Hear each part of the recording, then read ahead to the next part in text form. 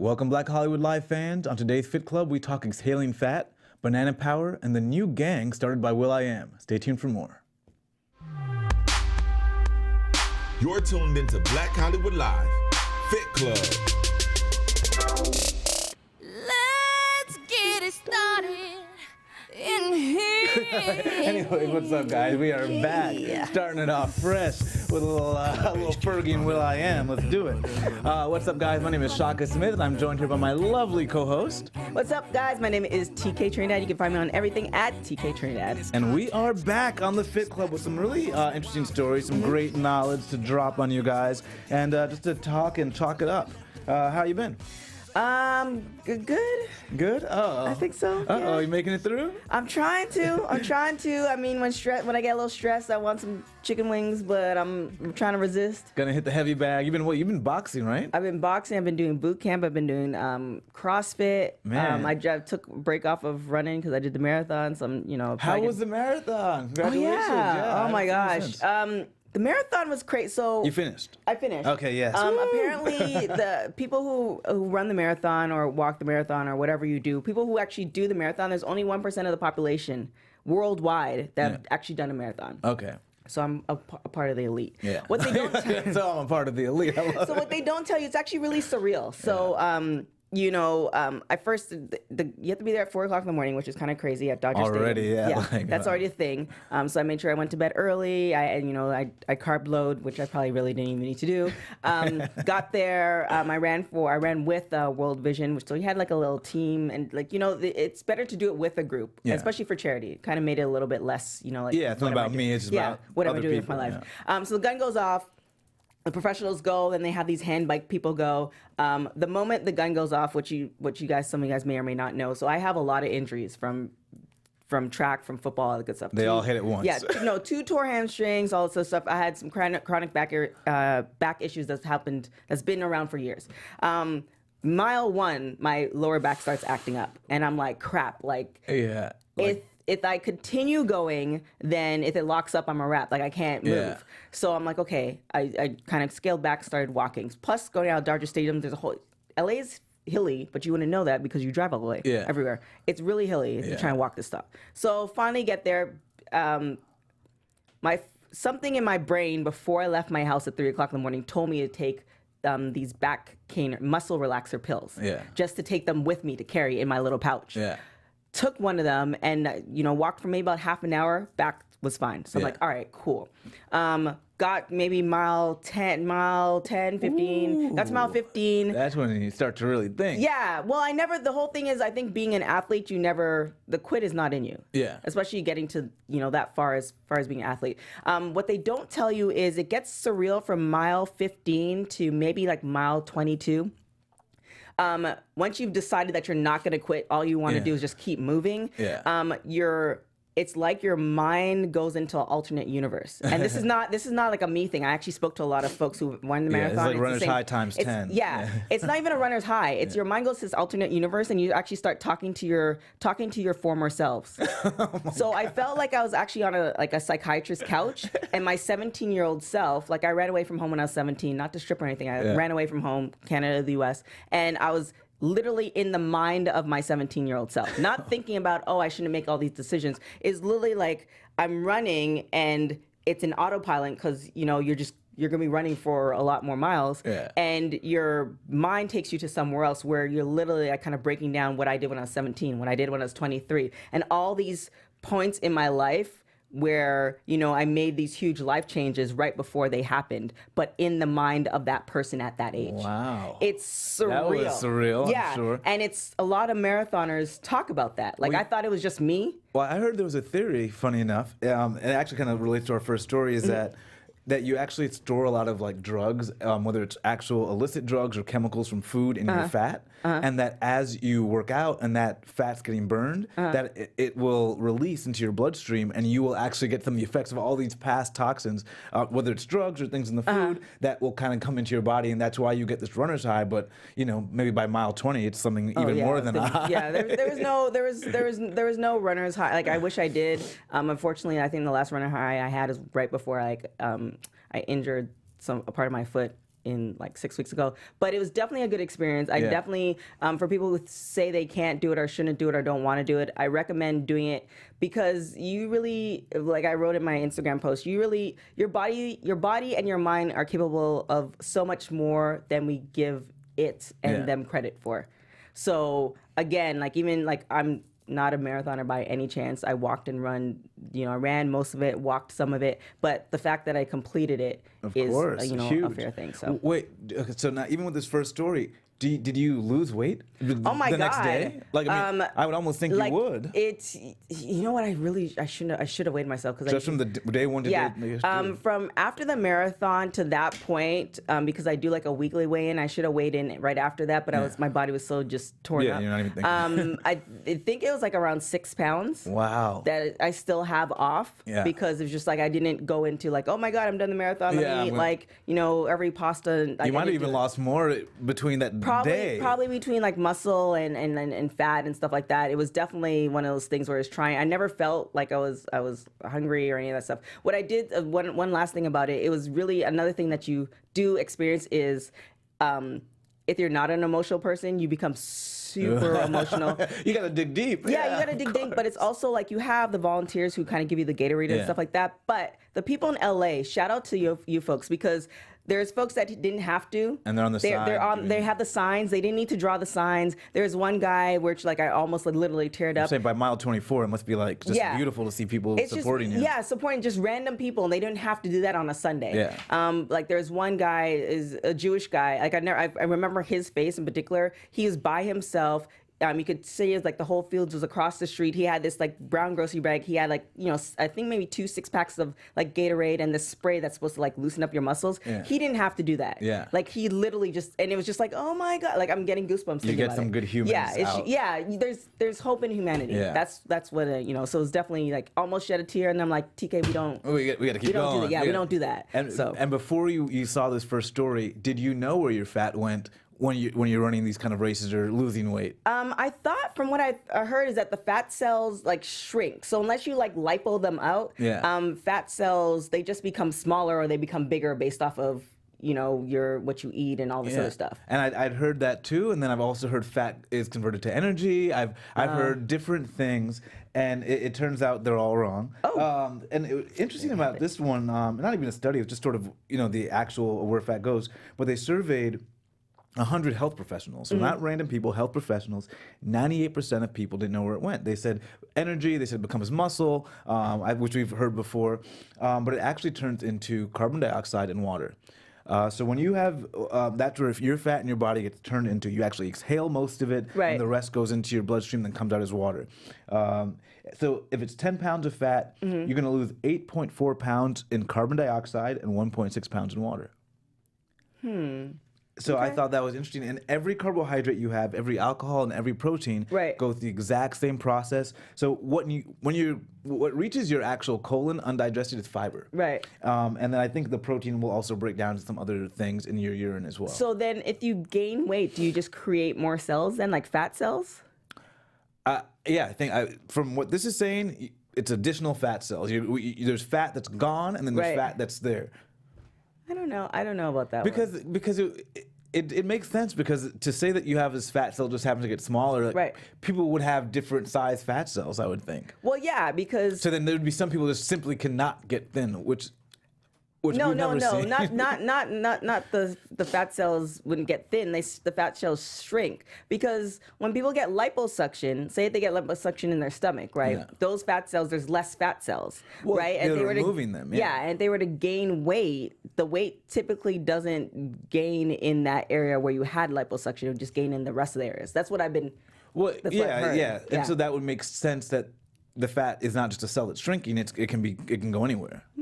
Well, but quite interesting. So you actually exhale most of the CO2. Be peeing out a lot of these fat cells in the next 6 months. But the great part about it is, so breathing more doesn't help, because people are like, oh well, if I'm going to exhale, let me just exhale more. And I'm going to lay on the bed like, not gonna help. Hyperventilation is not good for you. But just moving your muscles. So the only way to increase your CO2 production is to move your muscles. And the good news is just getting up and getting dressed doubles your metabolic rate. Going on a walk or cooking or vacuuming will triple triple your metabolic rate. Right. So that is the short and the long on it. And I would almost use that question as a test for who I'm going to hire to help me work with my my body. Yeah. So exactly where does the fat go? If you don't know, I don't want to work with you. But I wonder though, because like that seems so basic as far as getting up and getting dressed. Like, I mean, I think it just doubles your resting metabolic rate. Yeah, okay, because it just seems like maybe when you get to a certain point, as far as like, say, if you have been working out and you're trying to lose the rest of that weight, then your body, there's other factors in the mix. Because then, if that were the case, then a lot of people would be, a little bit more. Well, no, they're still taking in more food though. They're still eating more. But if you start off the day and you decide you're going to actually have a good balanced diet, you know that just getting up, doing that's going to triple your metabolic rate. Yeah. And in that way, you'd start having to watch the amount of food you eat. So any diet, if you burn more than you take in, you're going to lose weight Right. with it. But it's just good to know exactly where the fat goes and maybe how to kind of increase that rate is to kind of just work your muscles. So. Kudos to that. So interesting and some good news. Another interesting story, especially now that we're in the heat of a lot of sports championships. We've got NCAA thing going on. But what they found is a study out of NYU looked at sports sponsorships from ads on television to YouTube ads. And they found that 3/4 of the food ads and half the drink ads actually promote high-calorie, sugary products. Well, I mean, yeah, because they want you to sit down. Yeah, but it's weird that you would see that during the sports stuff. You would think that people that are watching NBA or watching the NFL, and they looked at like all these major organizations, would be like, well, kind of more fit-minded at the time. No, No, but think about it. Have you watched March Madness? Yeah. Have you actually sat down and watched all the games? No. Like Exactly. yeah. Neither have I. People who have time to not even have time. People who have time to watch all the games, they're probably not as active. Yeah. Because it's just like that. Those games are a couple hours long. Yeah. Right. Then you watch the post and the pre. That's 4 or 5 hours. True. So people who typically are people who are typically active don't have the time to watch all those games. They might get it, snippets. They might watch it on ESPN, or they might watch one particular game that they're rooting for. But the people who sit down and watch a whole Sundays of football is probably not the person who's super active. Well, but that you mentioned that is the worrisome part about this is that they actually rank these in terms of viewers that were under 18 because they really want to see who are being targeted. And so when you're under 18, you're at home, so you actually probably don't have much to do. Like when or at least in terms of watching. I watched a lot more games when I was like a kid in high school. Yes, I didn't. And so, but it still shows you that they're pushing this stuff, and a lot of this target audience are children under 18. And so there are a couple of interesting tips to kind of talk to your kid about this, because one of them is letting them know that there's a difference between your favorite NFL star endorsing a product on television and like what they actually do or believe behind closed doors, which is something I never differentiated with in my mind when I was a kid. Right. Well, I mean, again, you have to take into the fact that the NFL player who is eating the Cheetos, one, they're in their early to late 20s, so their metabolism is super high. So they can, like, I remember when I was running track, we used to individually, 4 girls used to order, I think it was the Little Caesars pizzas, $5, because we were broke in college, and we would eat the pizza pie ourselves. Oh yeah. And I was a sprinter, at the top of my game. So, but I was able to do that because I was training 6 hours a day. So, I mean, of course, it's, in the long run, it might not work well for the body, but you have to, I think a lot of people who are not affiliated with athletes or are not athletes don't know that they're actually putting in a lot of work, therefore they can afford to eat that stuff until your metabolism slows down. Or they may not even eat it. They might just be taking the paycheck. Right. And when you're 5, 6, 7, 8, 9 years old, you don't realize that. And I think it's a conversation I think parents don't even think to have with their kids because they don't even realize it. It's something I didn't realize until I read this article. I was like, oh, wow, because it is true. When I was a kid, I would be like, I'm having what he's having because it works. So he ate 3 McDonald's cheeseburgers. I'm going to have that. Popeyes every morning. So it's super important to talk to our kids. And then also use that time to have the conversation and let them know what healthy food actually is. But yeah, that was just staggering results. 76% of food is unhealthy and 52% of the drinks. And interestingly enough, the reason they don't promote the water is because the profit margin is not as great with water. And water it's more expensive though. Huh? Water typically tends to be more expensive than soda. Well, they're saying that the profit margin on water is less than the profit margin on sugary drinks. Yeah. So the sugary drinks might be even cheaper to get Yeah. out. And apparently there's no loyalty with water. And I thought about that, and I said, you know what? I think that's true. Yeah, no. Like, you know if you like root beer, and you know if you like A&W versus Yeah. your Coca-Cola, but I'm not that married to Fiji. If I Yeah. have to get another water, I'll get it. You Yeah, know? unless it's what's the other one that people are? There's another like water where like super fit people are always talking about. There's Core. I mean, now there's just Not so the many. core. It's like the type of water. Well, you mean alkaline? Yeah, the alkaline. Everyone's Like getting that's alkaline. that's like the new thing. But yeah, I can definitely I see what you're saying with that because yeah, you're right. Nobody's No and one's like, I'm not gonna have. so that's probably why water is more expensive because Yeah. nobody really buys the water. Yeah, and so that's maybe the reason it's happening, but at the same time, we should be hopefully peddling better, healthier foods to our kids. Well, that's the thing too. If you peddle it, and again, I'm not a parent, so Yeah. don't come for me. But I think if you peddle the healthier food to the kid from the beginning, like I had a former friend, her daughter never had a piece of candy ever, and her daughter was I think about 5 or 6 at that time. Yeah. Like the daughter asked for broccoli and asked for like this healthy stuff. So I think if you don't introduce it to the kid, because it's literally up to you. Yeah, of like course. the kid at a month old can't ask for Cheetos. Yeah. So I think if you don't introduce that stuff to the kids until they can actually like they have some form of opinion or something like that, then they wouldn't necessarily know to ask for it. Yeah, and So- you talk to them about why it is they're eating that. I think it's interesting because Will.i.am actually has now kind of gone on this vegan diet, but he started something called the V-Gang. And we're going to have to take a look at this video by Will.i.am. But yeah, I think it really speaks to what they are doing with the sports and sponsorships and making sure that we get healthier food out there and we know exactly what's in our food. That's, So we should be pulling that up any moment now. Almost waiting for it. Well, we'll wait on that video for right. from Will.i.am. But in the meantime, we'll cover the new rage behind bananas. oh, here we go. Oh wait, here we go. Before we get there, we'll pull this up right now.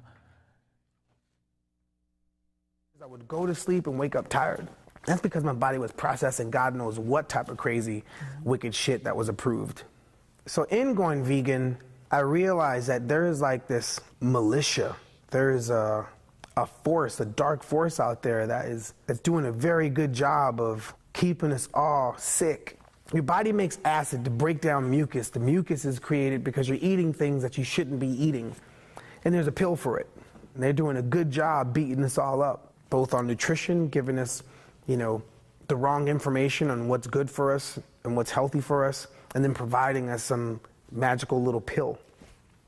So I wanted to posse up and create a gang called V-Gang. And that's this vigilante approach to like self-help, self-medication, working out, being conscious of what you put in your body and what you give back to society. And that is the V-Gang.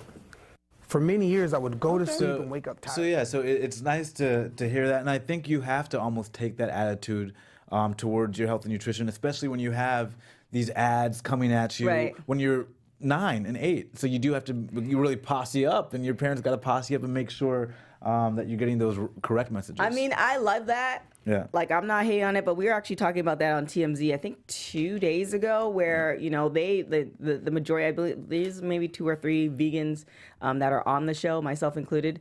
And the rest of them was like, no, it's not happening. I want to eat meat. I want to do this. I want to do that. And it almost feels like the newborn Christian, like they finally discovered Jesus and they want everybody to turn to Jesus, which is fine, but their approach is just so harsh that it literally turns people off from actually the word. So I feel like I'm preaching for the vegan. But I feel like with that, it's like vegans and healthy people and health professionals have to almost lead by example. Like, of course, a lot of them go, or a lot of us, or we go hardcore and that type of stuff. But maybe it's like we can also show for the folks who do eat healthy, but they eat fried chicken once in a while, they can show that on social media. Or, for the folks who are vegan, they can show that they're actually, beyond more than just a vegan. So we'll see. But it's just one of those things. Just maybe last week or a couple of weeks ago, 12,000 doctors wrote a letter to the U.S. government because the U.S. government, have you heard about this, has partnered with Pizza Hut?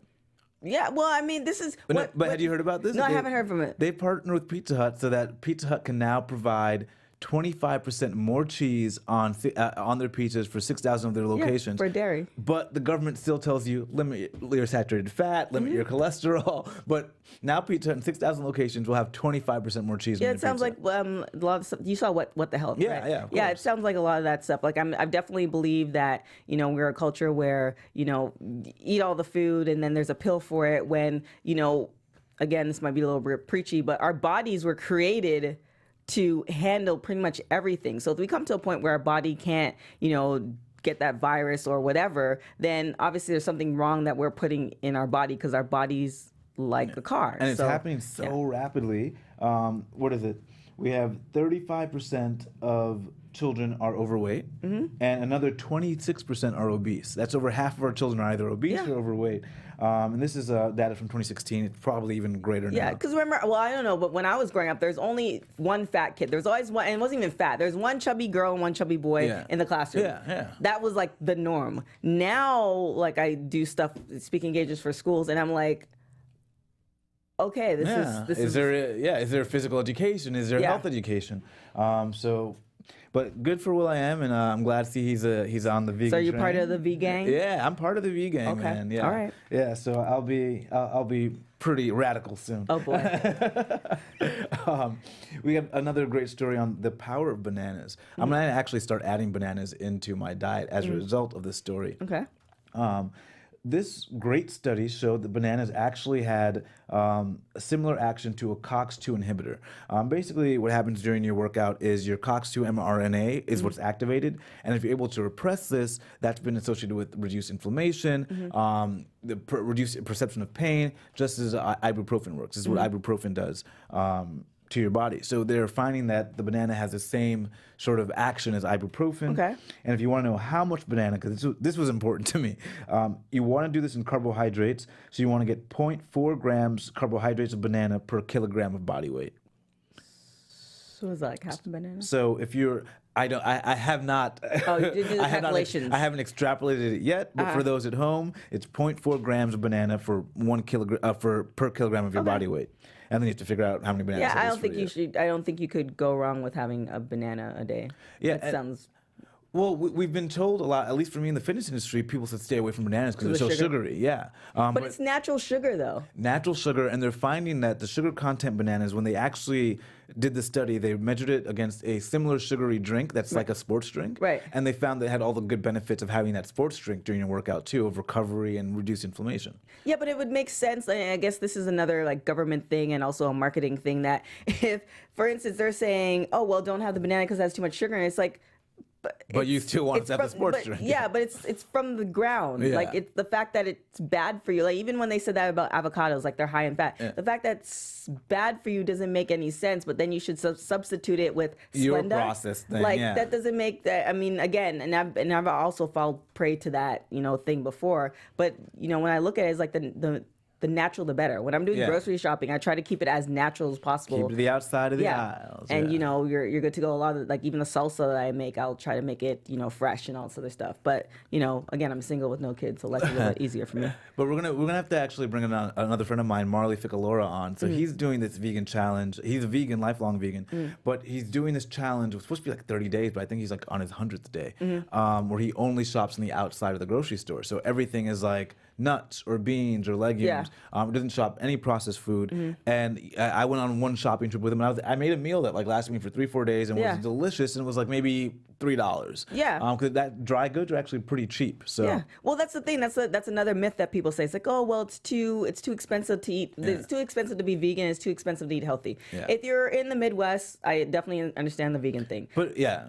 But as far as the healthy part, No. I mean, it's not. Yeah, again, I think the whole thing is like the food tends to spoil because it's real food. Yeah. It tends to spoil a little longer, so you can't keep it in your fridge for 2 weeks. But again, if you're buying every 2 or 3 days, as far as lettuce or whatever, then you don't need to because you're actually eating the food, which is healthy for you. So it makes sense. And it's actually cheaper because you tend to try to buy what you can eat because you start to get better at gauging Right. what you can eat. And also might help with your budget too. So, but I thought that was a great study. So I'm actually going to start doing probably, well, once I figure out exactly how much banana, if it's something ridiculous, it's not going to happen. But 50 bananas. Yeah. If it's about a banana or 2 bananas, I'm going to start incorporating this into my diet. And I'll report the changes here. Okay. Did you do any bananas on your marathon? There were, but I'm really funky with. Speaking of, humanity is great, but I'm really funky with. They were handing out bananas and oranges, but were handing out sliced oranges. Any type of open fruit anywhere, like I don't do salad bars, I don't do any of that stuff. If I can't see you physically cut that piece of fruit in my you need vision, to know. I need to. Well, it's not even that person. It's all the airborne stuff. Yeah, so you might be cutting up the fruit, and then cousin Mickey over there is hacking up a lung, and then it's flying onto the fruit because the fruit's very porous. So I didn't mean to gross out anyway, but I'm very. So they were handing out bananas, but it was like cut in half bananas, which means that it was exposed. Didn't touch any of that. No, I'm good.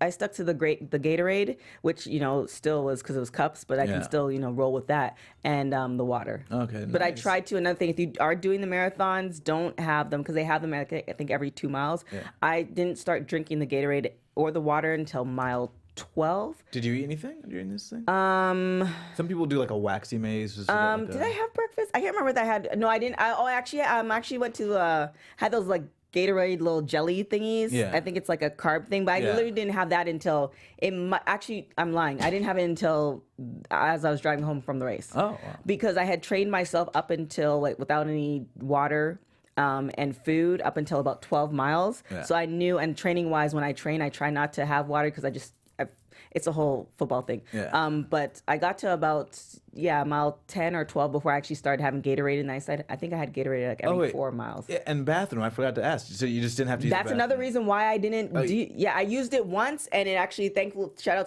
to the firefighters out there. Yeah. The firefighters along the way, they actually had the stations open. Okay. So I don't do porta potties for obvious dipped reasons. into a fire So I station? dipped into a fire station, and I went okay. once that whole thing. But Yeah. again, it's, if you train yourself, and again, I didn't do it in 2 hours. I think I did it in 6 hours and 30 or 40 minutes. If you train yourself and your body, then you're good. So I knew up to about 12 miles, I was good as far as didn't need any water, didn't need any Gatorade, didn't need any restroom. I think I did. I think might have been mile 17 that I went to the restroom, but I went once. Okay, wow. Yeah. That's some endurance. Just body knows. And again, I'm grossed out about a lot of things, so not doing the porta potty. Yeah, you're like, I'm going to hold it. Yeah, pretty much. And our last story is actually another good one, exercise preventing dementia, but even in middle age. They looked at about 191 women over 44 years. I wonder if the researchers had to do the research on themselves to see whether or not they got dementia on the way. But between 1968 and 2012, Okay. that's just a long time. I would just not want to even be a part of that study. Well, they're paying you out. I guess, right? But they found that women that had the lowest amount of cardio fitness suffered from 32% of them developed dementia versus the women that had the highest amount, and they were 5%. 5% of them developed dementia, Right. so it's quite a difference. And of course, 88%. So basically, the 88% were less likely to develop dementia if they were very fit cardio-wise Right. in middle age. And it also found that there was a 9-year gap between this group and the medium group between the onset of dementia. So it was 9 years later if you were from medium fit to high fit. Yeah. Which I thought was just amazing. So I guess the gap was probably even bigger for the from the low fit to the high fit Yeah. group. But what I thought was great was that this can start even in middle age. Yeah. I wonder, too, if a couple of things, because now we're back then in the 60s, 70s, 80s, like, maybe it was like I know there's always some type of fitness trend, but it feels like the people who are fit and who do workout are fitter than their parents and their parents' parents. Yeah. So, but however, like you were saying in the previous story, that, there's more obese kids. Yeah. I'm wondering, the people who've been fit, or, try to be fit for the majority of their life, how far as if there's going to be an onset of it, if at all, or are they going to pretty much die first before the dementia happens? Yeah. And then also how food affects us, because now the food was more natural in the Yeah, 70s. how it Now, started. even like our vegetables and stuff like that has the pesticides and all that other stuff. Even the meat has the steroids. How that's going to affect it. So there's Yeah. a lot of like factors and elements that. Well, yeah, because they're saying it shows strong association, but not causation, Right. because there are all these factors that it's just hard to account for. Yeah. So it's a strong association, but again, not causation. But I'm going to take it to the positive and Well, continue I mean, to work out. Yeah, I mean, like, again, if you take it as a positive, continue to work out, and if you die, at least you look great in the coffin. Yeah, right. That's how I put it. And we always try to bring some great stories here. So hopefully you guys will follow us on iTunes, like us, subscribe. We really appreciate it. But someone else we'd really love here is our very own Maria Menounos. And she's got a wonderful podcast that we've got to talk about. Yes, want to have fun, learn, and grow in all areas of your life. For those who do, have you got the podcast? We have got podcast for you. Ooh. Congratulations. Conversations with Maria Menounos, podcast edition, is hosted by our AfterBuzz TV founder and drops every Friday on iTunes. Conversations with Maria Menounos features celebrities and influencers, interviews, along with secrets and tips on how to be better in all aspects of life. From health and wellness, feels like you should be. Have you ever been on the show? No, I haven't. We got to talk. Sounds Maria like and I got to have a little like- conversation. Yeah, I know. You bring some bananas. From health and wellness to career, relationships, finances, and more, let our Maria be the big sister you've always wanted. I've always wanted a big sister. Yeah, big Would be brother nice. too. Yeah, I know.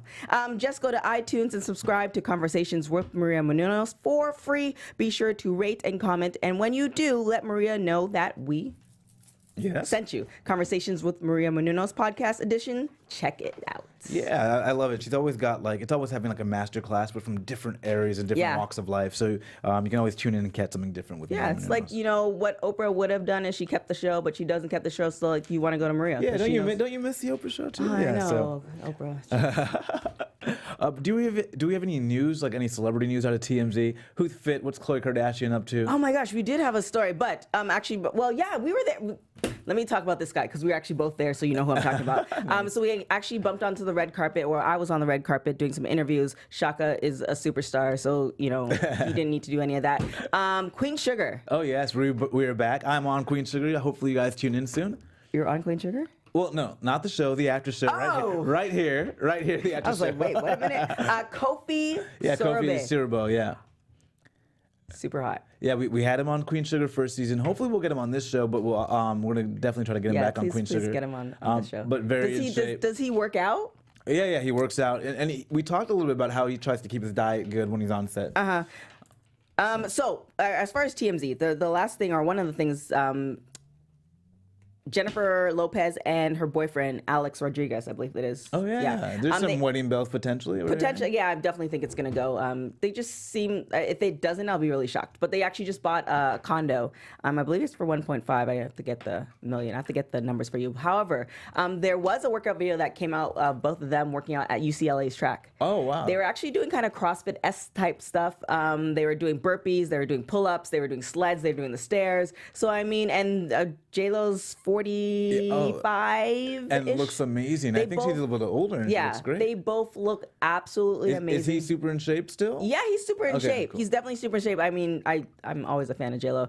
So they both look absolutely amazing, but that's the type of work that they put in. Again, I know everybody's gonna say they're rich and they have chefs. Oh and no, all but this other you stuff. still. I mean, we see other wealthy celebrities who don't look like that. Yeah. So you know that it's not just money; it's still mindset and still work. Yeah, so I mean, kudos to them for sure. I mean, there's so many. Can you get J-Lo on the program? Can you work Can on this? I get J-Lo on the program? Work on it. Look, if I get J-Lo on the program, then I probably won't be on this program. I'm gonna ask J-Lo for a job so I can travel with her and work out with her because she's amazing. So I mean, definitely. Actually, some hot shots of Lady Gaga.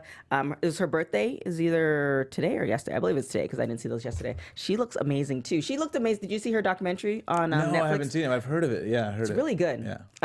There's like the one scene where she's just talking and she doesn't have a top on. I'm like, oh, okay.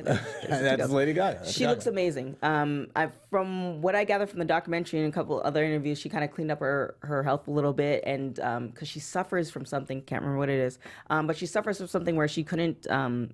One a hip injury and another something else that's kind of in the body. where she had to lay down, and the massage therapist literally had to come and massage like all her muscles because she would tighten up so much. Yeah. But these pictures look absolutely amazing. My bad for not sending y'all, but you do Google it. Go on TMZ. It's literally on the front cover of the page. So Nice. And kudos to her. we had Venus Williams, who's made a nice little quarterfinal run in the Miami Open. She suffered from Sjogren's syndrome, and I'm pretty sure it's just a strict vegan diet. She did lose today to another American, but she's made a deep run, and she's 37, and so she's doing really well. Well, her and Serena. Serena has made a comeback. I mean, Serena, I guess she didn't really think. I think she thought she was gonna be like FloJo, because when FloJo popped out her baby, and obviously she's passed away. When FloJo popped out her baby, she just went into running again. But FloJo was probably what at the time, maybe 20s. No, late 20s, maybe early 30s. Yeah, so Serena's really done She's it a little bit later. 34, 35, I think Serena is. Yeah, 35. Yeah, but I mean, still kudos to her. Her daughter is she's absolutely gorgeous. And back on tour. And Yeah, she posts stuff on Instagram all the time. She works out quite often, so I mean, definitely. And then also Queen Sugar, Rutina. Oh yeah, another I need to find one. out is she vegan? I don't know if she's vegan though, but she's always been in shape. Yeah, she's always been in shape, but this time around, like she's 40.